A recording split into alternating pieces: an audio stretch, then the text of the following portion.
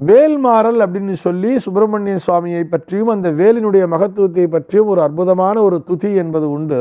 அந்த வேல்மாறலை படிச்சுட்டு வந்தாலே போதும், நமக்குள்ள ஒரு ஆன்ம பலம் அப்படிங்கிறது இன்க்ரீஸ் ஆகும். இன்னைக்கு கூட நீங்கள் கூகுளில் கூட நீங்கள் வேல்மாறல் அப்படின்னு போட்டு கூட சர்ச் பண்ணலாம், அழகாக வந்துடும். இன்றைய தேதி ஒரு ஆடி கிருத்திகை நாளாக இருக்கிறது.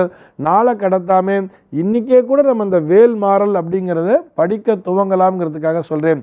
இந்த வேல்மாறலை படிப்பதன் மூலமாக என்ன மாதிரியான நன்மைகள் கிடைக்கும் சொன்னால், கண்ணுக்கு தெரியாத எதிரிகள் மறைவார்கள், இதுபோக உடம்பு என்பது ஆரோக்கியம் பெறும் சொல்கிறா. இன்னைக்கு நிறைய பேர் நோய்வாய்ப்பட்டு அவஸ்தைப்படுறா தெரியுமா.